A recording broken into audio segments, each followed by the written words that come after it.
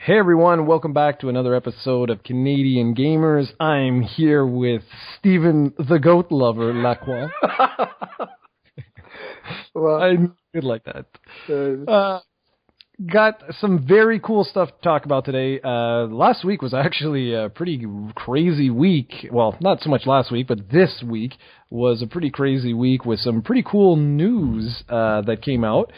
So we're going to start with the big news that hit first, which was actually a little video that nobody expected to show up in the Video Game Awards, which was actually showing us for the very first time real, true in-game.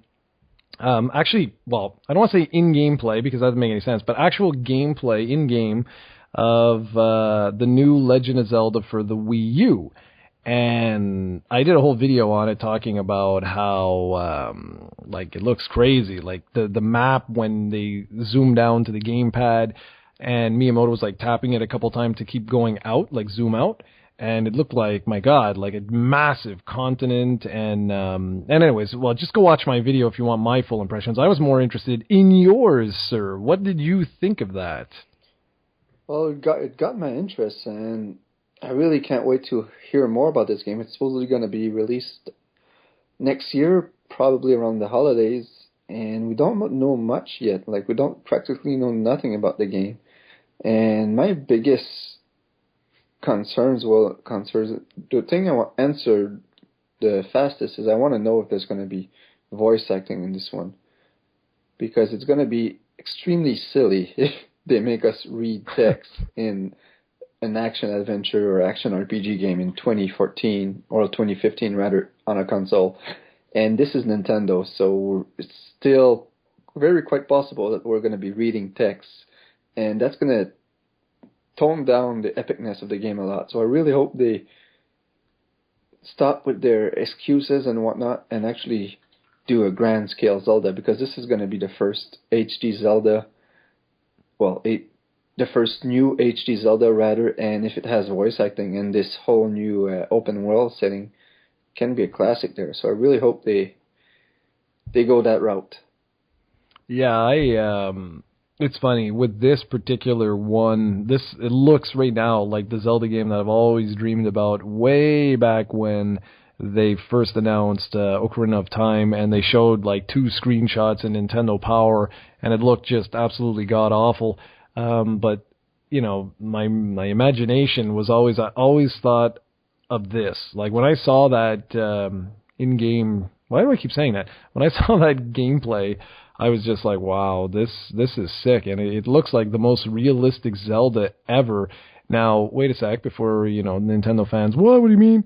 All I'm saying is that the world itself looks like this just huge, expansive world for you to explore, and it does. It has a lot of realistic elements to it because, I mean, look at Epona and the other horses that you see. They look real. Like, it looks amazing. And yeah, it still has its own artistic style and what have you. But you're absolutely right that if there is no voice acting, and I'm going to call it right here, here's my prediction. There will be no voice acting. And it's going to be a little bit jarring, I think, because from what I see anyway, this has the potential to become something like a Skyrim, like this massive, huge game. Now, I don't think they'll do a breakdown like Skyrim. Obviously, it is Zelda after all. It'll be its own thing. But yeah, it could be a little bit silly. That's for sure. Well, if they do go that route, like you said, it's not. I don't know how I feel about that. Like, I really expect them to announce for the first time they'll have voice acting, because they'll play this, so they'll know it's silly. But we'll see. Yeah, I hope I'm wrong. I mean, don't get me wrong. I want voice acting. It's just I also know this company, and yeah, I'll be shocked. I will. I'll probably do a whole video just talking about the voice acting. And anyway, so the other little bit of news, they were joking with each other, was the fact that they said that Zelda would be released after Star Fox on Wii U, which would be released after Majora's Mask on the 3DS. So that's interesting. It's weird because a lot of people who have in the press who have played Star Fox said that it was all right. They didn't say that it was like phenomenal, the next, whatever, but everyone said the same thing. They have faith in Miyamoto. and that, they'll do the waiting game and they'll see how it goes. What do you think they could really do to spice Star Fox up? I mean, I know they were saying like some gamepad features and things like that, but I don't know. What do you think? Well, I don't really think they need to do anything to spice it up. Like, we haven't had a new Star Fox game since really Star Fox 64. I know there's been a few GameCube ones, but we haven't really received the true ones since then. So it's a solid game. It's the kind of franchise that I like to see a game every 5-6 years. So I don't think they really need to do something new. Just the fact that it's going to be in HD, because it's not really gameplay that you can add new things. Like, I'm pretty sure the gamepad cannot really do much for the series. Like, I know Miyamoto gets a little girly when he talks about the gamepad and all, and like using it as a gyroscope or shaking it and stuff like that. I don't think it's gonna really make Star Fox an experience you have to play, but I think they just need to stick to the roots, make it like a beautiful HD game, and there hasn't been one in so many years that I don't think it needs to do anything fresh. And it's funny that as I asked you this for a reason, and it's because like that's exactly how I feel, and I find it funny how with Nintendo a lot of times they feel almost obligated to do something different with these franchises. And I know, I mean, that's like a double-edged sword, because on one hand it's like, you want innovation, right? People keep bitching about how everything in the industry is the same and blah blah blah. But then at the same time, like, take my 2D Metroid that I keep mentioning almost every podcast. Like, I just want another 2D Metroid. Like, I don't even care if it doesn't bring a single thing new at all. Like, you could just repackage Super Metroid and just change the areas around and stuff like that, and I would actually be ecstatic. So it's weird that it's one of those things where, yeah, I agree. Like with Star Fox, I would love to just have another one, period. Like just make some fun, put the innovation in the levels or your level design or something like that. It doesn't always have to be new gameplay features itself. So anyway. Yeah, Nintendo are a bit hypocritical, or whatever the word is, when they talk about shit like that, because they say they don't want to bring a new F-Zero out because they don't know how to improve on that series or how to change that series or what innovation to do. Yet they have no problem bringing a new Mario Kart every generation, which is fine by me. It's not like they're milking out Mario Kart. But then again, a franchise like Mario Party, they haven't brought anything new to Mario Party since Mario Party 1. But we're going to see the 10th one soon. That doesn't stop them. The reason is because these are easy games to sell. So I know it's all PR and stuff, but really the only reason we're not seeing any other F-Zeros is because they know it might not sell as well as another Mario Kart. So that's the bottom line, and that's how they should say it. Yeah, I mean, that's it. I got nothing to add. You nailed it, man. That's exactly it. And it's the same thing for Metroid. As much as people love Metroid and are very vocal about Metroid, you can say it, just say it. The series does not sell as well as The Legend of Zelda or Super Mario. I mean, that's it. That's the honest truth. And so when they have limited resources, if they have to pick between making like a 3D Mario or a new Metroid, they're going to pick Mario. I mean, I don't know why people get so like surprised by that. It is simple business. But anyway, okay. So I'm just gonna mention this because I love Dragon Quest. I know you said you're not gonna have really anything to say, and I can't pronounce this at all. It's sort of like Theater Rhythm Dragon Quest. Apparently, you were saying that they made two with the Final Fantasy franchise. So apparently, Square-Enix is making one with the Dragon Quest franchise, and that's kind of interesting. It's coming to 3DS, you said, right? Indeed. Okay, so this is interesting because normally when like Square Enix releases a game, like this or whatever, on one platform, they usually stick with a platform for a set period of time. This is the first time I think ever I can think of. I might be wrong. I mean, you diehard fans can let me know. But I think this is the first time ever that we're actually going to get a new 3DS game next year, like a spin-off series. I know it's not, not like the core series or whatever. And then we're going to have another spin-off series on the PS3 and PS4. That's kind of weird. I really don't know where Dragon Quest XI is going to pop up. I'm really curious because really, based on all the games that they've released, it should be the 3DS. But I don't know. I've read like articles in Silicon Era and places like that where they've been saying that I think it was Yuji Horii. I don't remember. It was someone like one of the main guys from DQ series was saying that it will not be on mobile and that he wanted it played on a big screen TV. Probably. And sorry. Word on the street is that you're going to see Dragon Quest XI on the Vectrex in 2016. Perfect. That would be perfect. That's the big screen, all right. Oh, yes.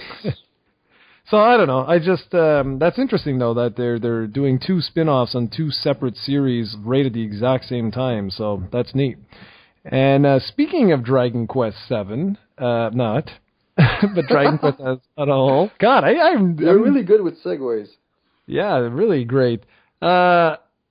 Steven got a gift from Santa, and so talk a little bit about Dragon Quest VII. I know you only played for like a little bit, but just say some of the pros and cons that you've seen so far. You can talk about the graphics. You can say about the you were saying the 3D stuff like that. Just for a couple minutes. For sure. First thing that really took me by surprise is how pretty this game is on the 3DS, because I remember everybody bitching about how ugly it was on the PlayStation, and I know it came late during the PlayStation's lifespan, but I'm not quite sure if it's because this is a full-on remake or if they just did some little touches there, but probably you can help me a bit more. Even though I don't think you've played it, you've probably seen videos and such, and it looks really, really great, especially on this new 3DS one, so I was really surprised by that.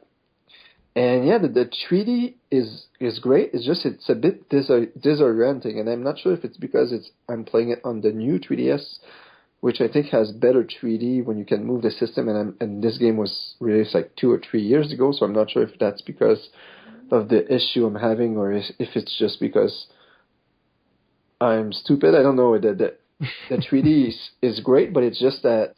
Like, this new system is supposed to adjust to your eyes. You're supposed to be able to move it more, but it seems like the opposite right now when I'm playing this game. It seems to be always moving on its own, so I'm not sure if I'm doing something wrong. Maybe when the system was booted up, I did not adjust the 3D well, or I screwed it up because I did not really know what I was doing. Maybe that's it. But yeah, so far, like my first impression is that the visual are pretty kick-ass, especially for a 3DS game, and an early one at that.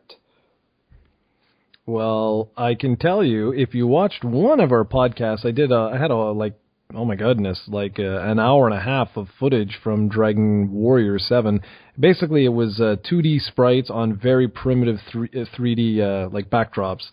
So if this game is full 3D now, I'm pretty sure it's going to look much, much better. But I have purposely haven't actually looked at much because I did not want to be spoiled.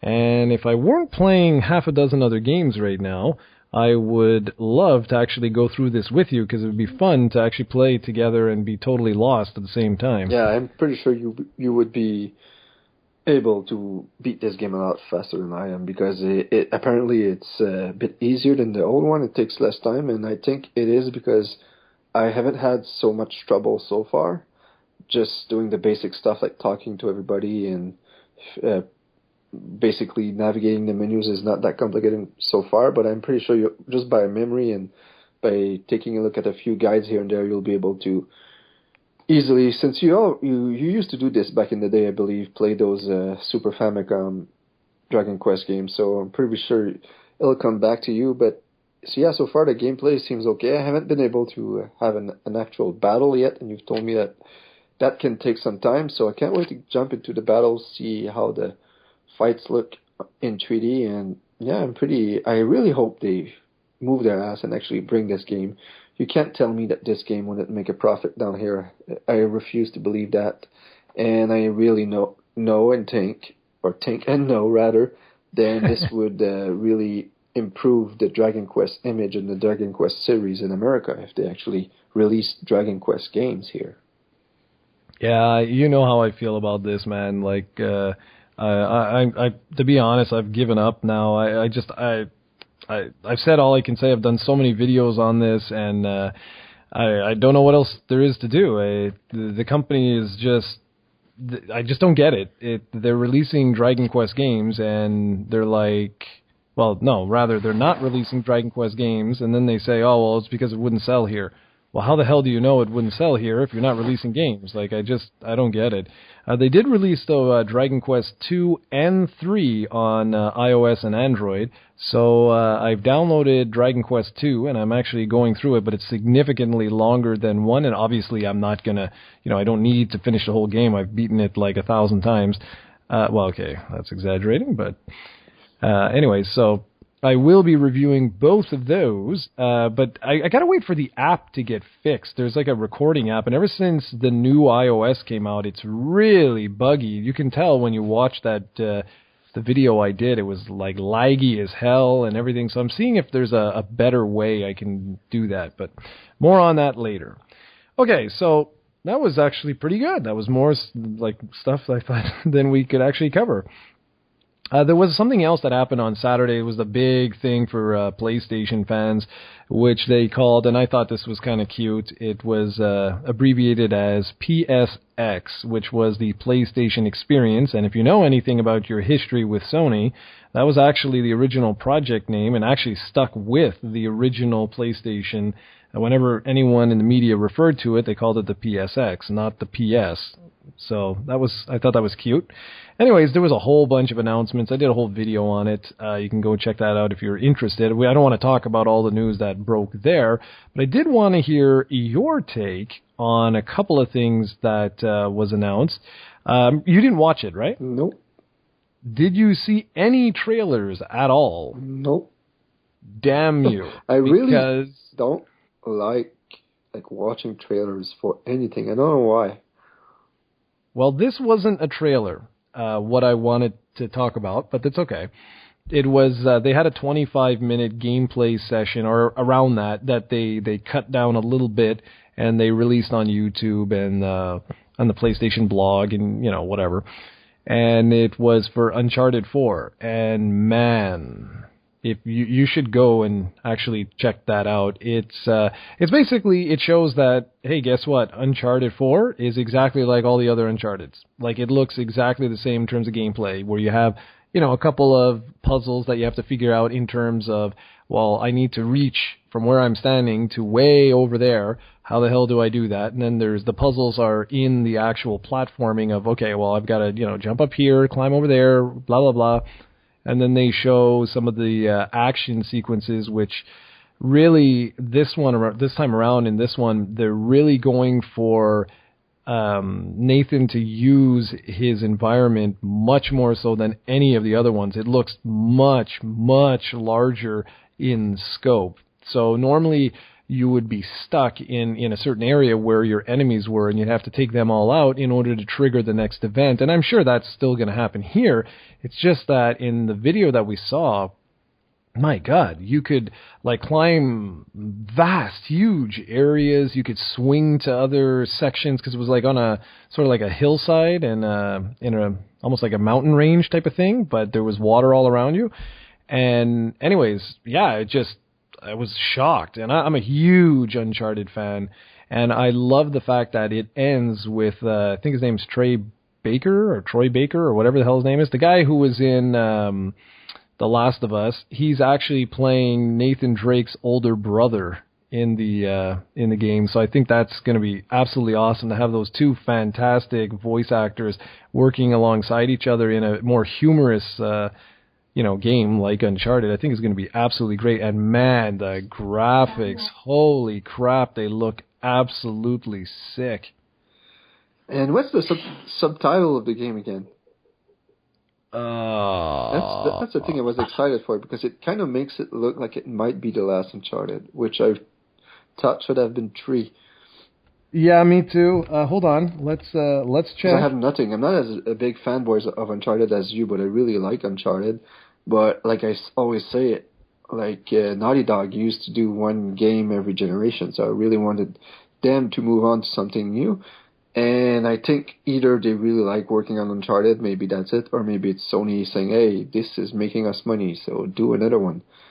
Which it might be a bit of both, but yeah, I'm pretty sure this is going to be a fantastic game, don't get me wrong, but I just want them to move on to other things, because Uncharted, as much as I like Uncharted, like for me, it's kind of like an interactive action movie experience where like you're having a blast, but you're not really doing anything by your own. The game is telling you what to do all the time, and you're moving from point A to point B in a very, very stimulating way.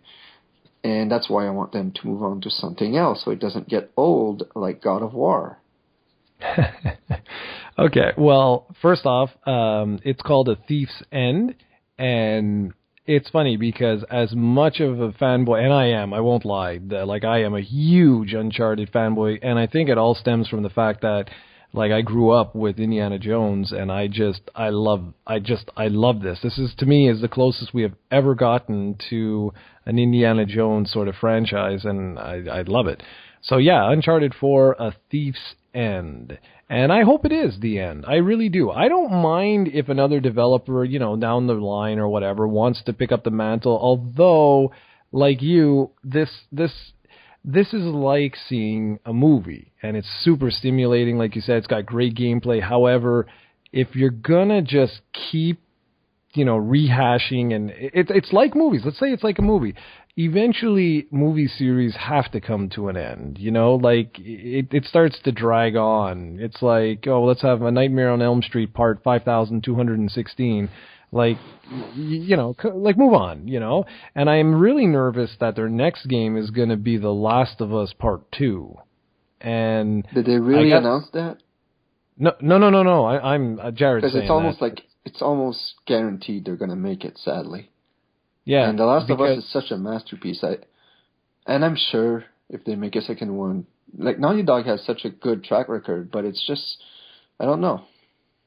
No, I'm right there with you, dude. I am. I'm right there with you. Like, I don't want another Last of Us. Like, that was just such an awesome game, but come on, like, they're owned by Sony, and Sony right now as a corporation is strapped for cash. Like, they need money. And yes, PlayStation 4 is doing very well, but think of it. Well, yeah, PlayStation 4 is doing very well. So Uncharted 4 should be the highest selling game in the franchise.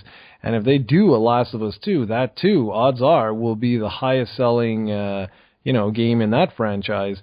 So it's just, I don't want Naughty Dog to become Bungie.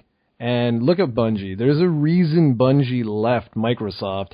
And it's not that they hated working with them or anything like that. The truth of the matter is they left because they were fed up of working on Halo. And that's the honest truth. Nobody can deny that they just wanted the creative freedom to do whatever they wanted.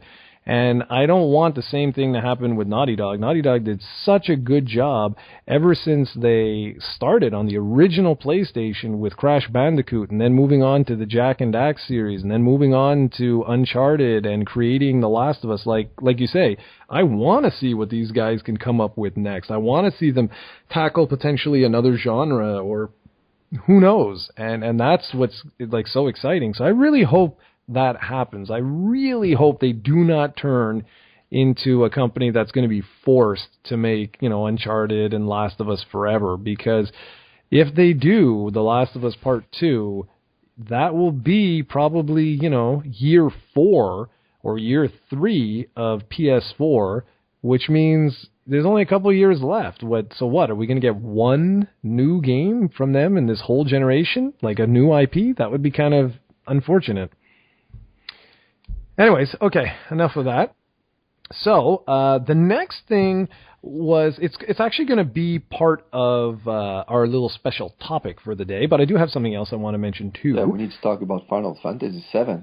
I hope you had that on the agenda. I had that on the thing, but I was going to end with that as like a little joke thing. But okay, let's do it first.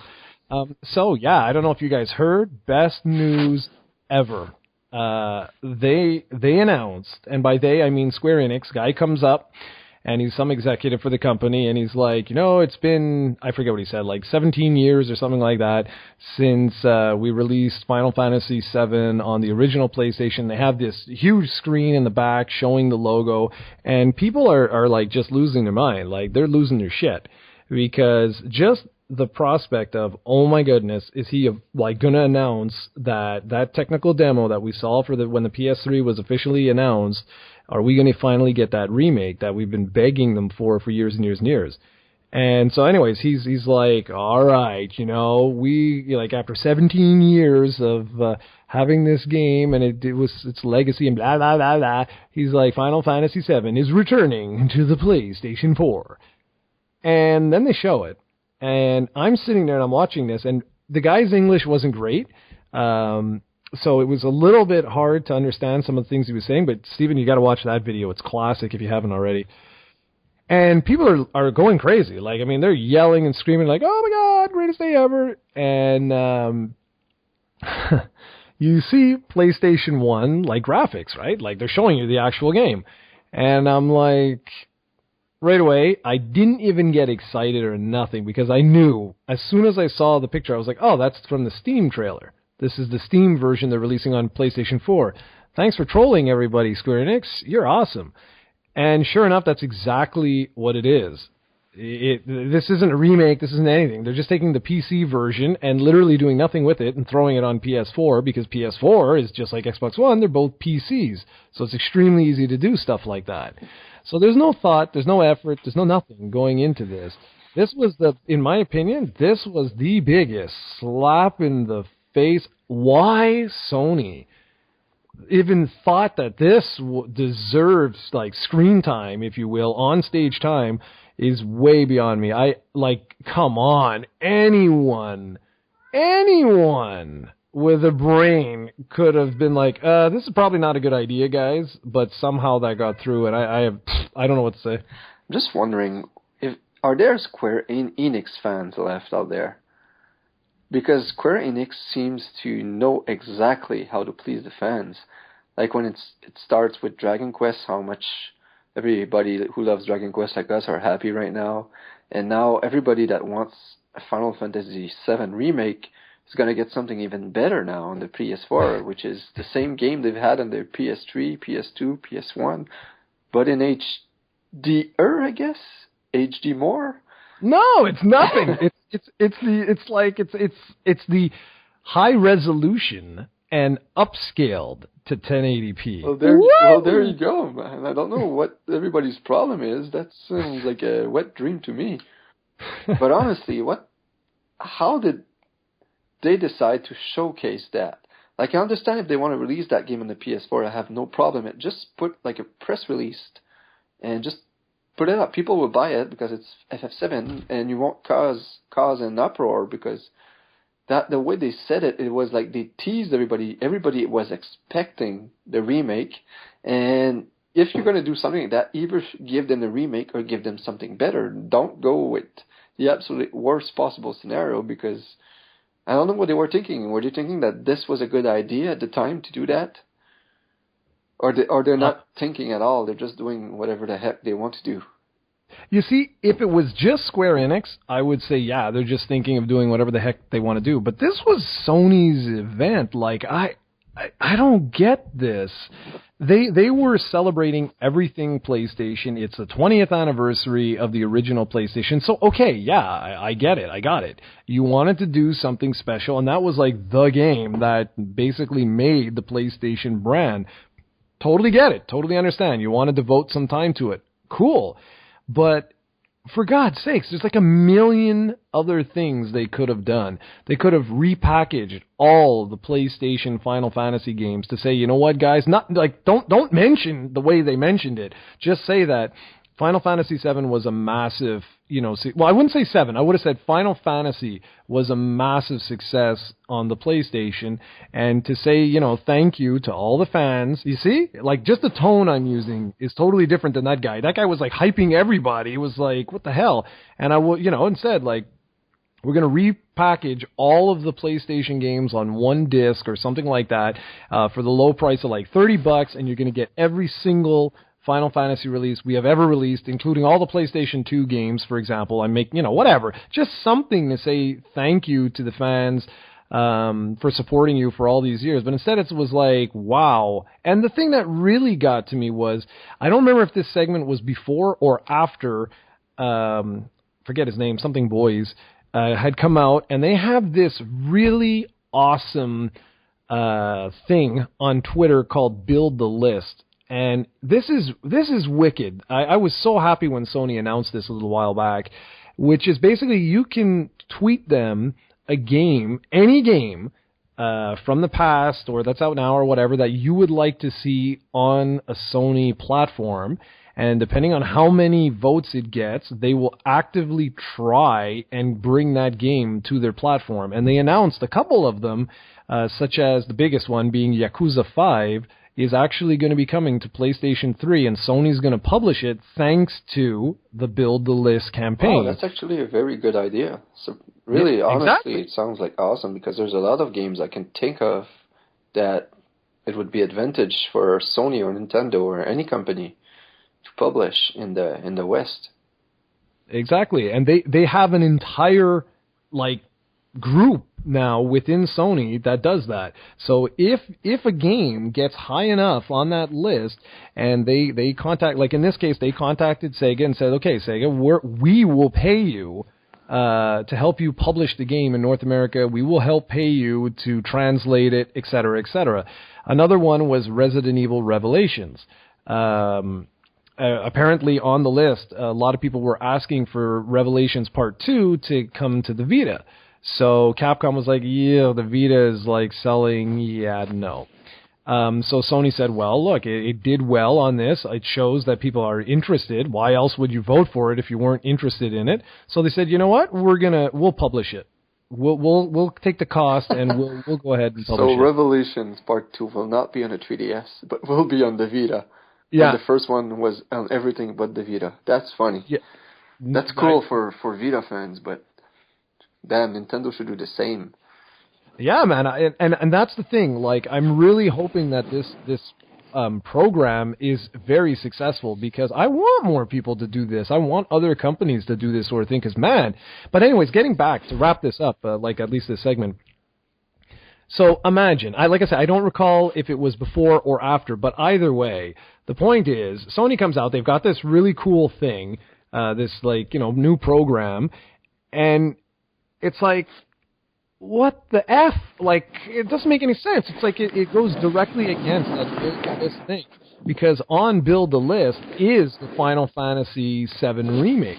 So naturally, people would assume that, yeah, hey, this must be it. This is going to be so badass and blah, blah, blah. And then absolutely nothing. I don't know, man. I don't understand from Sony's point of view that how could they not realize that people would have looked at this negatively? I don't get that at all, especially considering how awesome, really, that conference was really, really well done when you think of what they were trying to do. I know some people said they were disappointed, they expected more announcements, but to me, that event was set up as a celebration of 20 years of PlayStation and to show that, hey, you know what, we're trying to listen to you guys.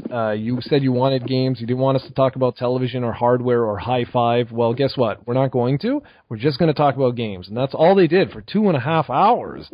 So, anyways, that's that. Do you have any other comment on that? No, go ahead.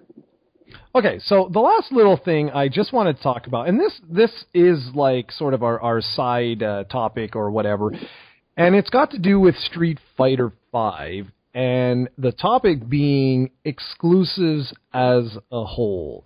Now, last generation, the term exclusive basically meant I have game X for 6 months, a year, and then it will be released better.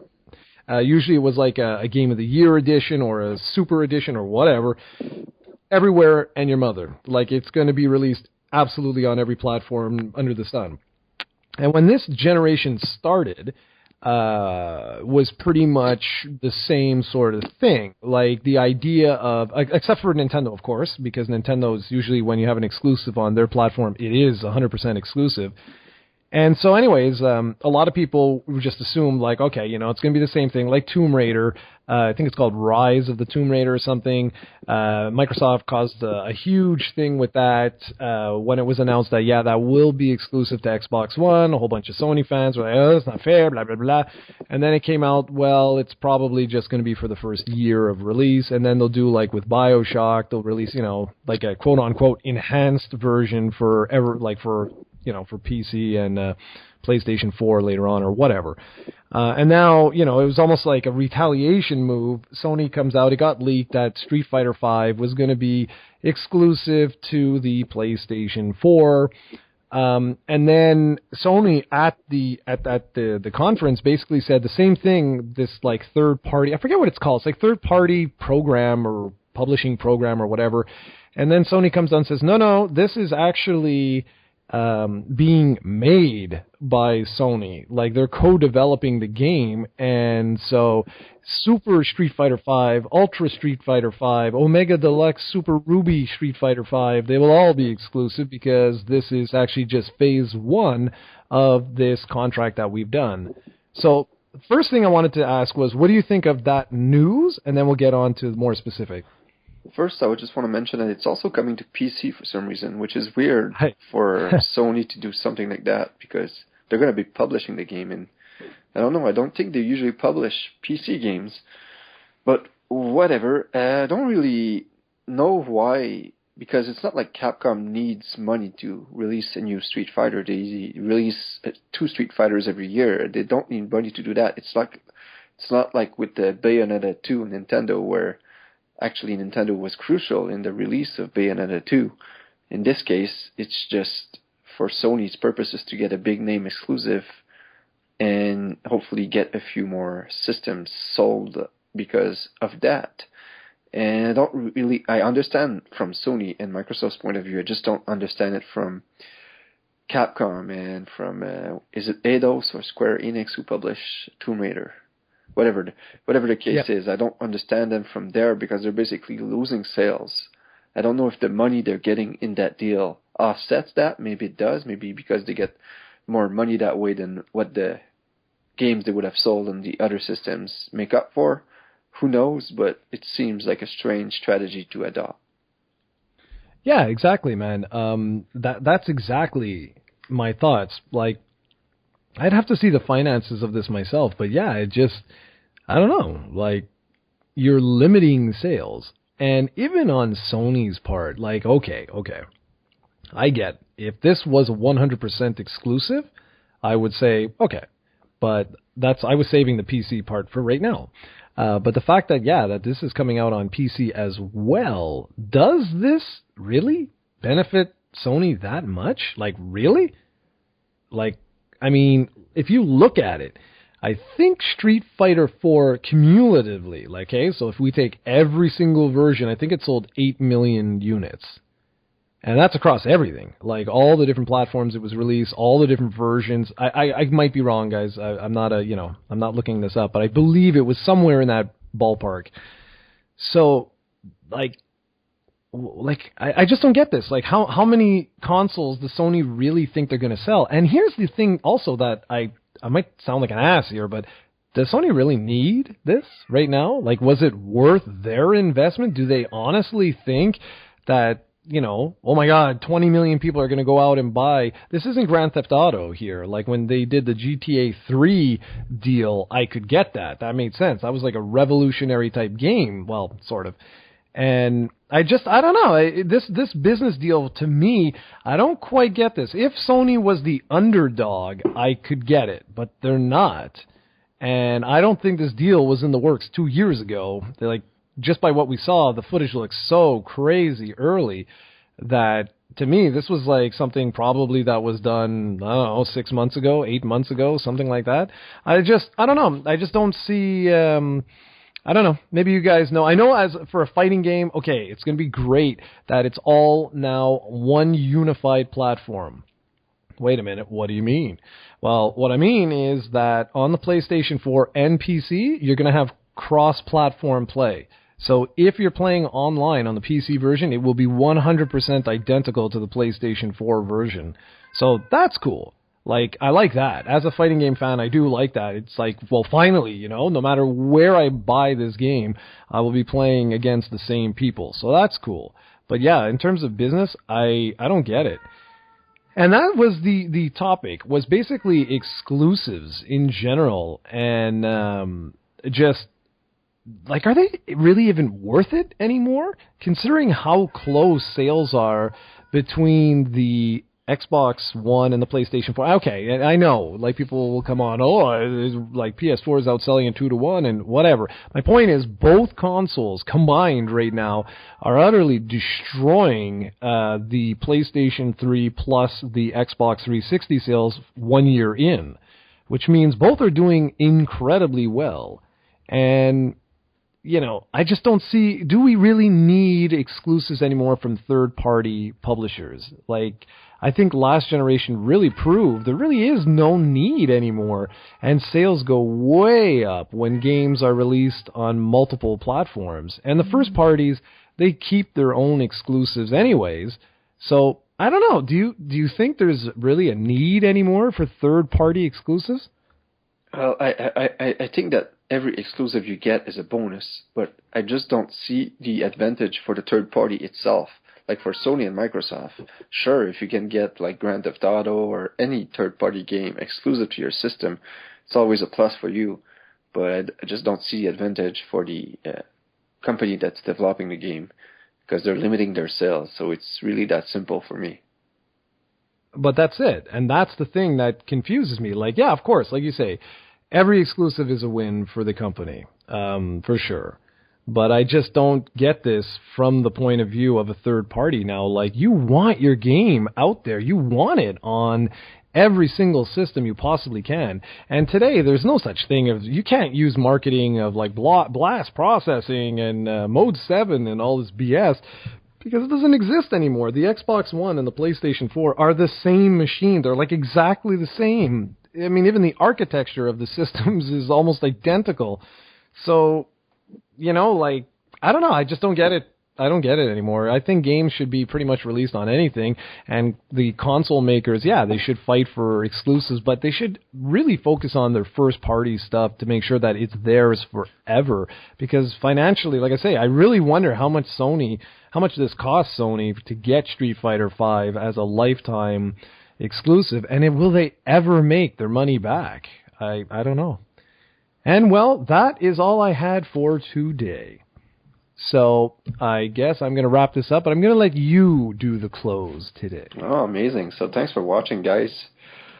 I hope you enjoyed this fantastic video. Remember, we're the #1 rated podcast on YouTube. So stick to us. We like it. We enjoyed the coverage.